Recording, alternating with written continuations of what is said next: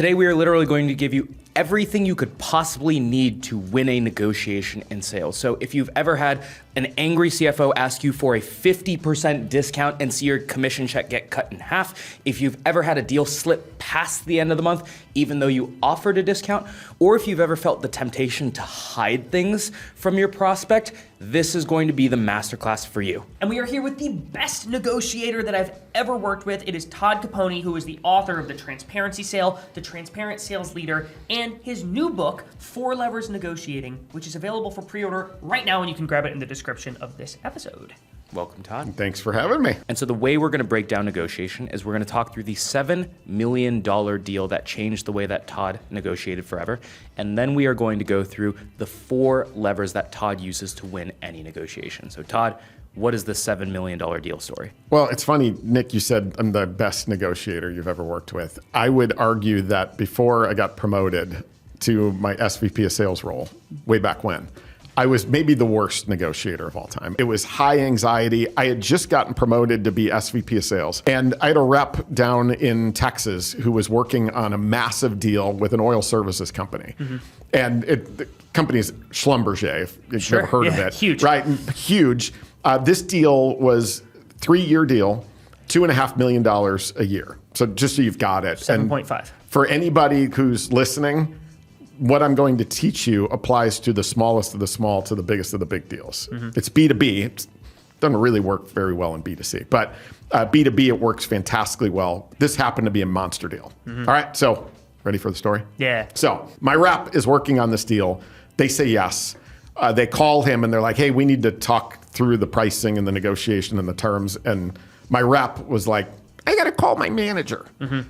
And this guy immediately got frustrated and was like, all right, we don't have time for this. This division wants to get going. Whoever that manager is, can you get him on a plane? Let's get down into an office in Houston and let's just bang this deal out. Sure. So he calls me.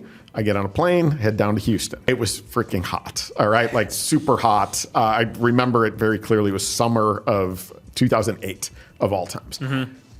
I think it's just me, my rep, and this guy. We're just going to get in a room and bang this thing out. Here's what happened. So I go check in. Mm-hmm. They say, go up to the 5th floor. All right, cool. Go to the 5th floor, get off the elevators. This guy meets us, brings us into a conference room. Doors open. It's not just him. They brought basically their whole procurement team. And I swear, there was a woman by the door who was like, I think she was drooling. She was just like, yeah, let's go, Mark. Like one of those people that was like, I can't wait for the haymaker throwing. Let's go. They had a whiteboard behind the group of them. Mm-hmm. And so I think I did this just to buy some time. I said, hey, can I write something up on the whiteboard just to get us started? And they're like, yeah, whatever, dude. Here's a pen. Have fun. Right? Completely indifferent. Yeah. I go up to the board and I wrote down 4 things on it. And they were the 4 things that drive our business. FYI, they happen to drive every for-profit business model in the world. Number 1 is volume, meaning how much stuff you buy.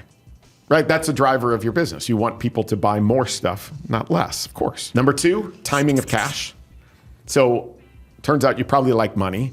Most companies are driven to collect money faster versus slower. Number 3 is the length of commitment. You want your customers to commit longer versus shorter. And then number 4 is the timing of the deal, which is predictability. Right? Every company has investors. They need to resource. They need to be able to predict. There's value in that. Mm-hmm.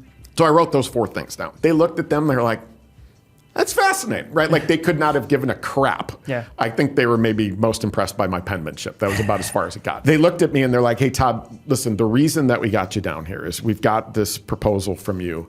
This division's raring to go. It's a little heavy. Mm-hmm. As a matter of fact, from a budgetary perspective, we need to get 35% off of this in order for us to move forward.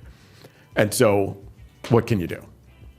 All right, so that's the opening grenade that lands on the middle of the table is we need a 35% discount. All right, so what do you do? Well, I would argue there's really 3 paths you can take, 2 of which I do not recommend. All right?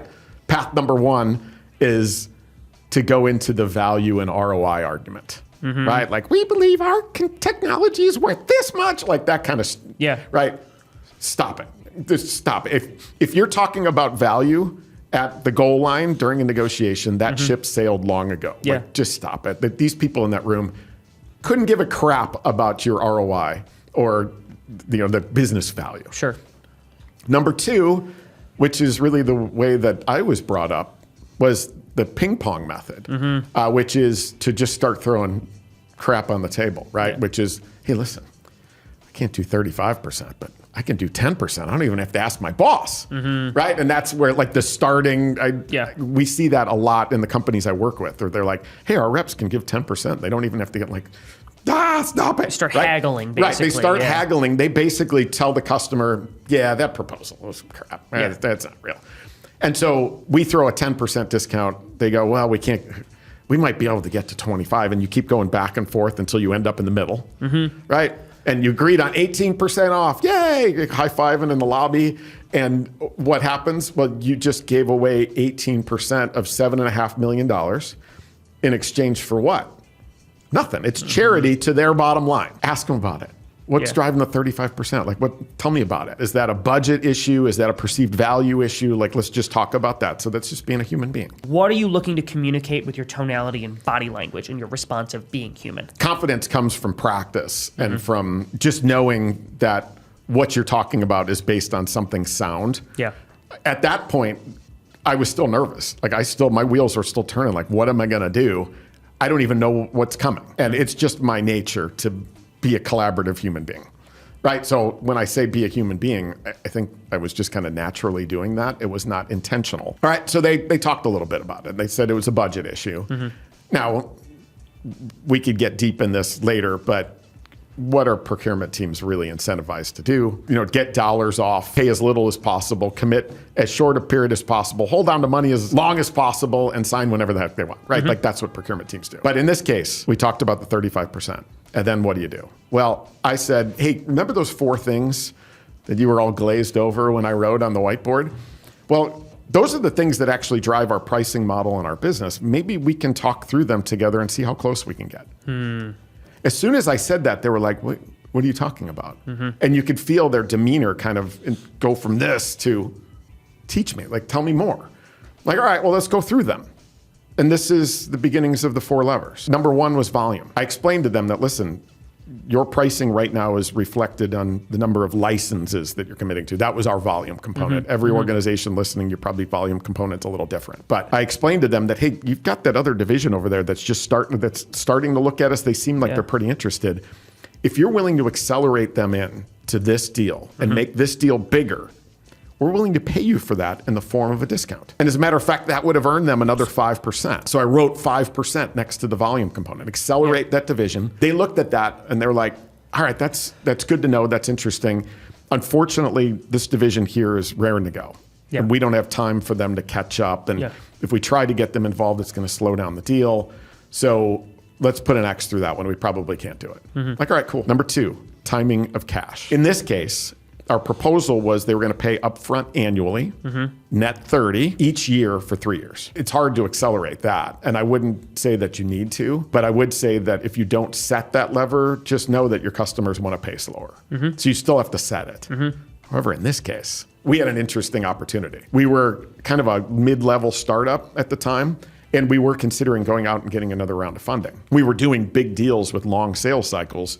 So sometimes cash flow was a little rough. I took the opportunity to basically do a fundraise, but have our customer do it instead of private equity or a VC. And here's how it sounded. I explained to them, listen, there's value in us being able to be paid faster. If you're willing to accelerate year 2 and year 3, pay for the whole thing up front, net 30, we're willing to pay you for that in the form of a discount. Actually 5% for each year you accelerate. So we'll give you 10% if you're willing to pay us the entire amount right now. Now, what was funny is at this point, they looked at each other and they were like, we might be able to actually do that. Yeah. Hey, who do you know in finance? Like, go ping finance, see if that's something that we might be willing to do.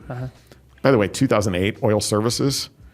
These guys had so much cash on their balance sheet. Like, think the Breaking Bad room where the guy is laying on. I mean, I think they had $17 billion of cash on their balance sheet at the time. This investment, is like money they find in the couch cushions in their lobby, right? It's nothing. And so they got really excited about that. They're like, that's a cool, like put a star by that one. Like, all right, cool. So we put a star by it. They were going to pay us all of that money year one right up front.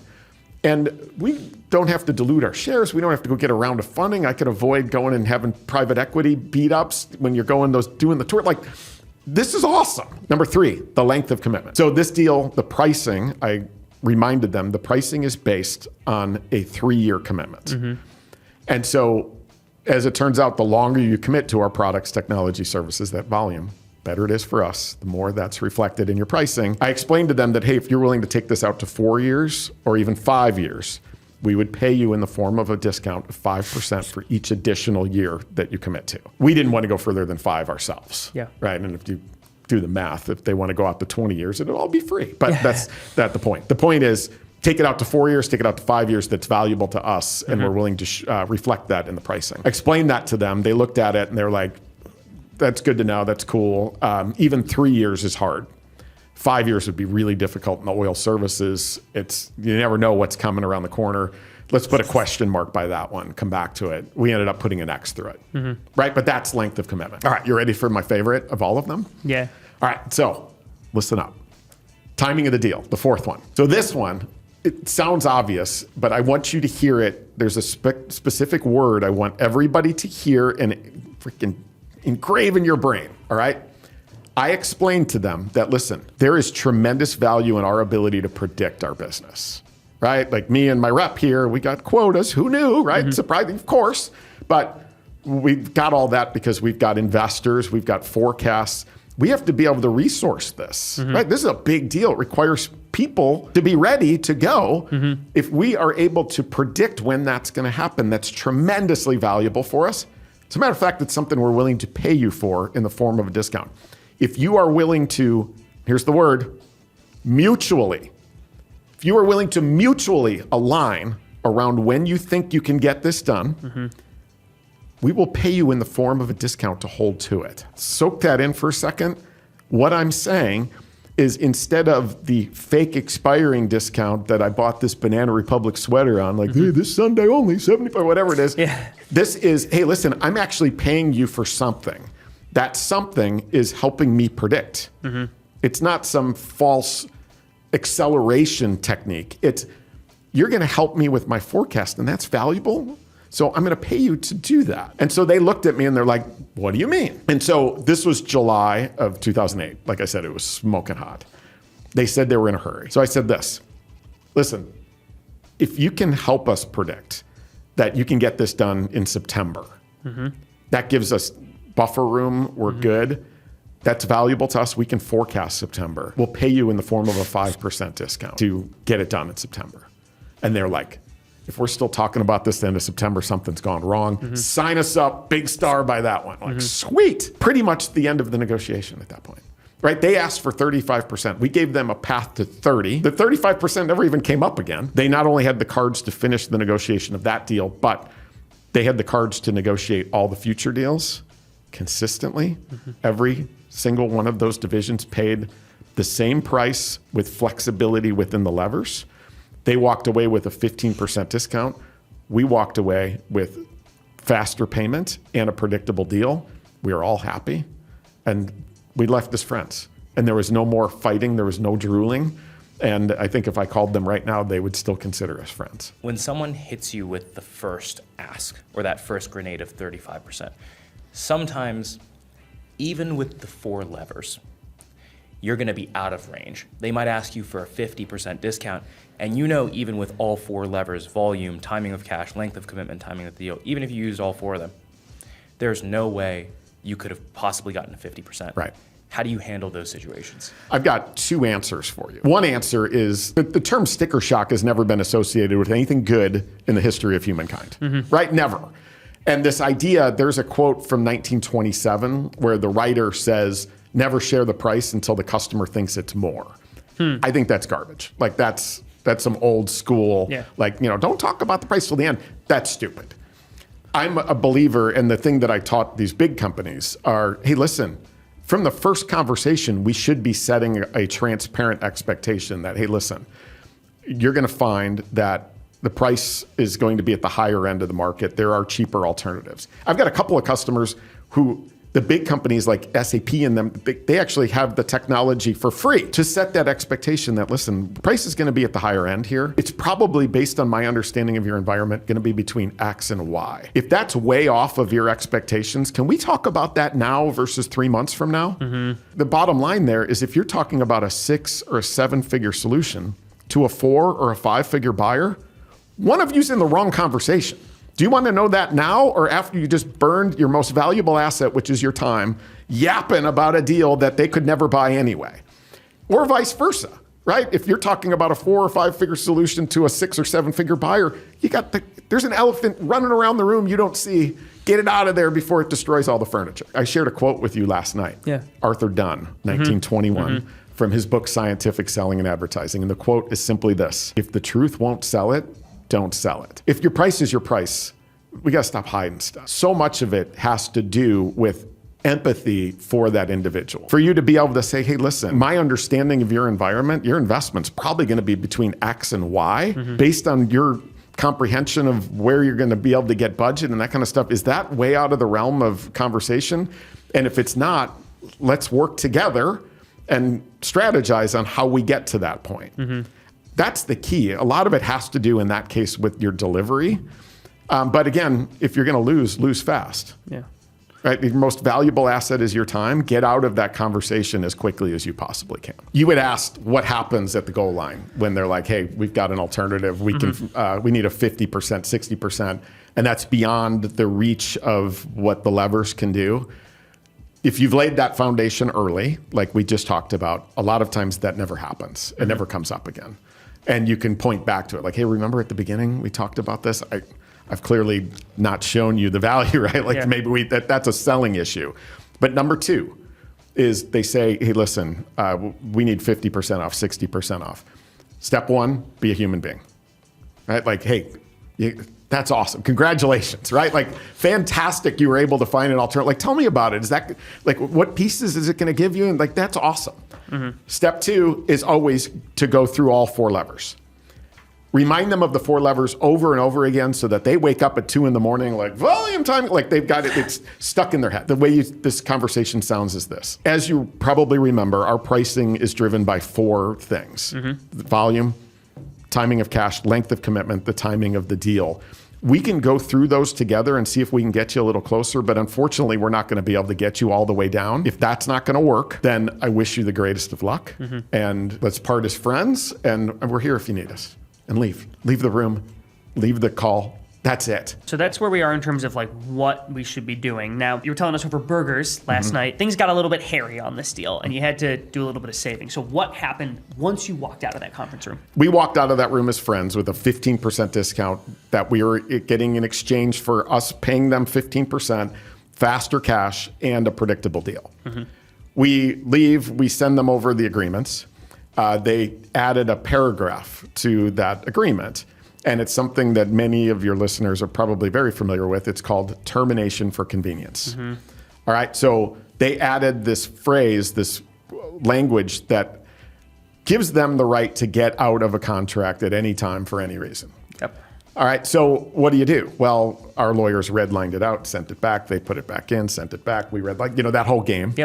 And then finally, we get to the last points on the contract. We all get on a call together. And so it's our lawyers, their lawyers. We're going through, we get to that paragraph. And so termination for convenience, what do? Step 1, be a human being, right? Like, hey, listen, we noticed that you keep putting this paragraph in here. We keep redlining out. Tell us about it. Like, why what's driving the need for that? And they said 2 things. Number 1 was, we have termination for convenience in all our vendor contracts. Sure you do, right? But that's what they always say. And then number 2 is, Todd, as we talked about, oil services is very unpredictable. And as a result, we need the ultimate flexibility to be able to get out when we need to get out. Like, all right, cool. Step 2, like I said, go through all 4 levers. I explained to them that, hey, remember, as we've been talking through this process, that our pricing is primarily driven by 4 things: how much you buy, volume; how fast you pay, timing of cash; how long you commit, length of commitment; and the timing of the deal, or that predictability. Termination for convenience represents no commitment. So you can have it if you want it, but you're probably not going to like it. because it drives the price up dramatically. So instead of your price being based on 3 years, it's essentially month to month. And as a result, the discount is going to go the price is probably going to go up 30 to 35%. I can have the rep draw up that pricing for you if you'd like. And so the phone goes dead quiet, right? Just and I'm DMing my rep, put your phone on mute. They've got to be the next one to talk. What I then added was this. That listen, before you freak out, just remember that if the technology that we're selling you does what we say it's going to do, you've got protections in the contract too. You've got termination for cause, you've got warranty, there's service level agreements in there. If that's your concern that this isn't going to work, while we've got the lawyers on the phone, why don't we go through that? And if you truly need termination for convenience, you're going to have to pay for it, and we'll draw up what that pricing looks like. And immediately they were like, yeah, let's take a look at that language and make sure it covers. Because, hey, if we're delivering, why would they want to get out? And so termination for convenience, poof, went away. Yeah, so you've finished the red lines now. Yes. You've gone through that rocky, stressful process that always made me feel sick when I'm on the phone as the rep and the lawyers are just duking it out and they're sort of posturing and I'm like, here goes my deal. Right. Yeah. Well, I will add, too, that when you think about the hairy terms that lawyers deal with, like indemnification, limitation of liability, all of that kind of stuff, one of the things in the more complex deals that I advocate for is kind of adding a half a lever. And so this is something that I even do today when I'm speaking and teaching. That's what I do. So why would we need that? But one of my giant insurance company client, they added paragraphs to my contract that required me to take on a ton of insurance. There was all this liability stuff in there. So what did I do? I called them up. I was like, hey, what's driving the need for that? Be a human being. And then step 2 was, hey, listen, my pricing is based on these 4 things, but it's also based on accepting a reasonable amount of risk, collaborative risk. What you're asking me to do here is adding a significant cost and causing my business to take on risk. If you want me to do that, the pricing model will have to change. And so they immediately, it was hilarious. The woman that had sent me over the contract, she was just like, all right, we'll just get rid of that. Wow. Right? That happens all the time. They try to hit you with the shroud of confusion and posturing, and you go right back to cut through the fog with the 4 levers. Exactly. Here's what I care about. And when you do that, they're like, I got to drop it because I'm not going to bother. I'm just posturing. It's not worth us going and getting another hey, I'm not going to just give in on that. Yeah. Okay. So let's go back to finish this story. Yes. You overcome the term for convenience piece. One more thing went wrong. Yes. So remember, we had aligned around September. And we were paying them in the form of a discount to help us forecast. So they were putting skin in the game. This was not just some fake expiring coupon that you got at Kohl's. This was a end of quarter, I'm paying you for something. I don't remember what day. It was September 23rd, something like that. My rep gets a call. Hey, man, we had no way of knowing this. But this has gone through all the approvals, and the CFO is the signer. Turns out he's on vacation through the end of the month. Can you hold the price until October 1st? I swear, the minute he walks in, I will get to his desk. I will make sure he signs this. Can you just confirm that you can hold the price? What do? There's 3 words I want all of you to just impart and think about. It's, I don't know. All right, and I'm going to explain what I mean here. So, CFO's going on vacation. Step 1, be a human being. He's on vacation. He's on Elon Musk's spaceship to Mars and can't get to DocuSign. Oh, all right, that makes, all right, cool, all right. Yep. There's nobody else that is available. No, all right, cool. Go through all 4 levers again. I know that sounds like madness, but you're trying to get them to the point, and you're going to hear this for anybody that's in client success and account management. Your customers will start to remember the 4 levers at renewal time, at upsell time, at cross-sell time. But in this case, remember we had talked about your pricing was based on these 4 things, one of which was that mutual alignment around the timing of the deal. There was value in our ability to predict our business, and we're paying you in the form of a 5% discount to get this done in September. The answer is, I don't know. Let's talk about October and October. So if you can't get it done, just call me October 1st. We'll talk about it. All right. Here's why that's so powerful. Uncertainty is a crazy maker in our brains. Right? If anybody needs a reminder, go back to March of 2020 when we were all hoarding toilet paper, right? We didn't know, well, what are we going to do? We're going to have enough. I got to go hoard it, right? Uncertainty makes us do crazy things to run to certain ground. I would argue that the minute you say yes, will you hold the price the next month? Yeah, as long as it's Monday morning, we're good. Your deal just slipped. The minute you say no, the minute you go, hey, no, we had an agreement, that price goes away forever, they're going to be like, you're a jackass, right? Like that doesn't make sense. You're a privately held or whatever it happens to be. And like, you're that dependent on this deal. Like maybe you're not in the good a shape as I thought you were. The uncertainty of just like, hey, listen, do all you can to try to get it done. And let's talk about October and October. That uncertainty, the guy was telling him, hey, like I gotta know, right? Because that 5% on what is now a $6.5 million deal after the discounts, that means we'd have to go get new approvals, new POs issued. There's a whole process. And so if you can't hold the price, like I kind of got to know that now. Otherwise, we're going to be in really tough. Hey, I don't know. We have to see how the quarter ends up. What I do know is that I'm paying you for something. And if I get it, then like that's what September's about. I'm not going to pay you for something that I'm not getting. We'll have to see whether it's still worth it in October. They hang up. Guess whose phone rings next? This guy. Right? So the guy calls me. He's like, hey, I just got off the phone with Chris. Listen, this guy's on vacation. We can't get to him. Can you just confirm that you can hold the price for me? What are my 3 words? I don't know. I don't know. Like, let's talk about next month. Somehow they found somebody else to sign it on September 26th. All right? That happens all the stinking time. And again, it just goes back to the 4 levers. And remember, we're paying them for something. We're not just making up a Banana Republic coupon. This is our payment for you helping us to forecast. Now, I've had it happen multiple times where they still couldn't get it done, and you have to make a judgment call on October 1st, right? Like, hey, is this still worth it to us? Going back to the levers, like, hey, remember, we're paying you for something we didn't get. However, we're a privately held company. I got a board meeting in 2 weeks. It would be really cool to get this off, so I'll pay you for it if you sign it now, so that when I go into my board meeting, I can go, hey, we were $120,000 off there, but Monday morning at 9 a.m. got the $120,000 and my board would still be happy with that. That's still valuable to us. If it's a customer that's screwed with you multiple times, maybe you want to go, no, dude, listen, we were paying you for something we didn't get. We're going to have to go back to the drawing board. But that mutual alignment is magic, and creating uncertainty around the ask will drive more people to that certain ground than you can even imagine. So, Todd, in a negotiation, information is usually your greatest advantage, and your ability to predict the future is also something that's really, really powerful. And so something you shared with me is that there are only 8 things, pretty much only 8 things that you are going to get asked for in a negotiation. One of those was termination for convenience. Can you give me the other 7 in a quick rattle?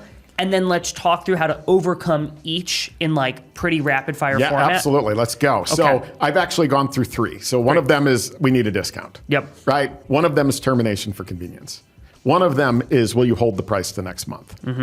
2 of them have to do with pricing terms. One of which is they want to pay slower, which is, hey, net 30, our standard's net 60. Yep. And the other, number 5, is we want to pay monthly instead of annual. We want to pay quarterly instead of annual, whatever. A lot of times you're going to be asked, hey, we want to do a proof of concept or we want to do a pilot. Our job as salespeople is to help the buyer predict. And when they're asking for a pilot, it should be a signal that we have not done a good job of helping them predict. There should be no free pilots if you are an established organization. If you're a startup, I get it. Yeah. If you're rolling out a new technology, a new piece of product, I get it. But if you're an established company, what concepts do you still need to prove? I would argue this too, and this was always my speech as a CRO. When we do pilots and proof of concepts in most organizations, what resources do you use for it? Well, most organizations put their best resource. Like, we got to get that deal. Our best resources are going to be on this pilot to make sure it's a super success. I would always tell the customers that, listen, I want my best resources on my most committed customers, not my least. And as a result, if we're going to do this, you're probably not going to get my best. Let's take a step back. And let's go through what are the pieces you're still having a hard time predicting. Let's go through those together. And if you really want to do a short-term deal, we'll work with you on the pricing, but you're probably not going to love it. I love the probably not going to love it. That's really good. What are the last 2? Well, the one we actually talked about already was what I call the ridiculous discount ask, which is the one that we need 60% off, we need 70% off. And I think we've tackled that one already. So we've got the reasonable discount is one, and then the ridiculous discount is separate. Okay. Right. And it's amazing how often I hear companies that are faced with the ridiculous discount ask. Yeah. Almost more often than we need a 10% discount. He does it every ask all time. the time. Yeah. It starts at half. All right, so number 8 is, again, this is specific to companies where there's an implementation timeline. But oftentimes I hear that their customers are saying, hey, we don't want to start paying for this until the software is up and running and live. And so most companies go, all right, well, we'll just reallocate the dollars of all of that. I would argue 4 levers again. And here's how that sounds. Number 1 is you've already started the conversation of being a human being with them. This is why we are asking to pay slower. Cool, got it. Then for you to go back through the 4 levers and go, all right, cool. Your pricing is based on these 4 things. How much you buy, how fast you pay, how long you commit, when you sign. That number 2 is your pricing is based on upfront annual net 30. If you want to pay more slowly, you can, but our pricing model is based on that. And all of our customers have this implementation issue. If you want to pay slower, you can, but we'll have to adjust something to make up for it. That's it, right? Yeah. And you're having the conversation with them that you've established a sound basis. I will go to this book for a second. All right, so for anybody watching, this book is a 1910 book. It is called Salesmanship Theory and Practice. It is written by a guy named Thomas Herbert Russell. There's a section here called Buyers Know More nowadays, which is hilarious. Yeah. He says something that I literally start the new book with, this quote, because I think it's the issue that we've created in the sales world. And the quote is this: the knowledge of buyers has increased, and they are no longer disposed to pay what is asked of them unless persuaded in their minds that the sellers regulate their prices on some sound basis. Some sound basis. This is 1910. But it's the brains of your buyers are exactly the same as they were. They have not changed at all in 115, 120, however long it is, years. We've got to establish a sound basis for the way that we deliver pricing and the way we negotiate it. This is not some hard line, your price is your price and there's no negotiating. This is, hey, your price is your price, but it's based on these things and you've got the flexibility to get what you want out of it. And if these aren't going to work, then maybe we're not the right partner for you. That confidence becomes contagious. And as a result, your customers will take it with them. And like I've said, it's been used in renewals, in upsells, in cross-sells. Had companies and individuals go to new companies and they're like, hey, remind me what those levers are again, right? It suddenly gets etched in their brains and they know that what you're delivering is not a lie. You're not playing word art with them. You're not playing games. Your price is your price. So let's recap everything that Todd just covered in all of the levers of negotiation and how you roll them out. So step number 1 is you want to give pricing early and flag bad deals early on. Sometimes that just means you're giving a range. Other times that means you're explicitly giving the price and the 4 levers that someone can use to get that price closer to where they want it to be. Step number 2 is when you get the first reaction to price, you need to lay down the 4 levers and tell them that you're willing to pay them in form of a discount for these 4 levers that matter to our business.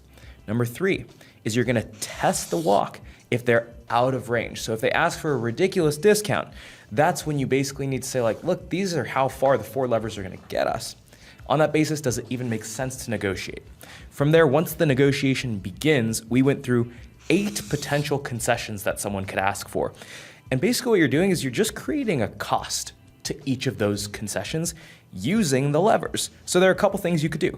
One, if someone asks for termination for convenience, well, technically that's just asking for a shorter commitment. And so there's a cost to that using the 4 levers. Another thing you can do is there are certain ones where they almost fit into like the half lever bucket of risk. And so you might say this increases the risk in the deal and there's a cost to that. The third one is you might just say, I don't know. In the case of someone just trying to take one of the levers off the table and not commit to it at all. And then the last one, number 4, is you might be able to find other ways to solve for that concession. In other words, if they're asking you for a pilot, maybe that's actually just a concern they have around risk. Or if they're looking for an opt-out, maybe they're just looking for an opt-out in case you can't meet your SLAs. So you might find ways to solve that concession without touching price or the contract at all. All right, Nick, how can people help Todd out here? Well, folks, everyone sitting at this table, we are willing to pay you for predictability around our businesses and the timing of our cash in a couple ways. One, Todd's new book, Four Levers Negotiating is on pre-order, and there is a link in the description to go grab that. And then also, your jolly friends at 30MPC who are wearing elf and Santa outfits are doing a Christmas special on our 30MPC courses. And so if you want to learn how to master cold calling or master discovery or become a phenomenal sales leader or send sales emails that actually cut through the noise, we've got a ton of great offerings that are on discount through the holiday season. Check out all of that in the description below. And Todd, thank you for joining us. This was a freaking amazing episode. I had a blast. Thanks for having me. Yeah, awesome. That's a wrap, folks. If you like this video, the number one way to tell us to do more stuff like this is to like this video, subscribe, and hit the bell. It's the number one free way that you can support the channel and make sure that we can keep doing content like this. If you like this too, there are some videos that are around here or down below. I don't even know where they put them anymore. Go click on some of these other videos that'll help you get better at selling or get to President's Club or whatever you're trying to do. Maybe it'll entertain you on your couch. Alrighty? Peace, y'all.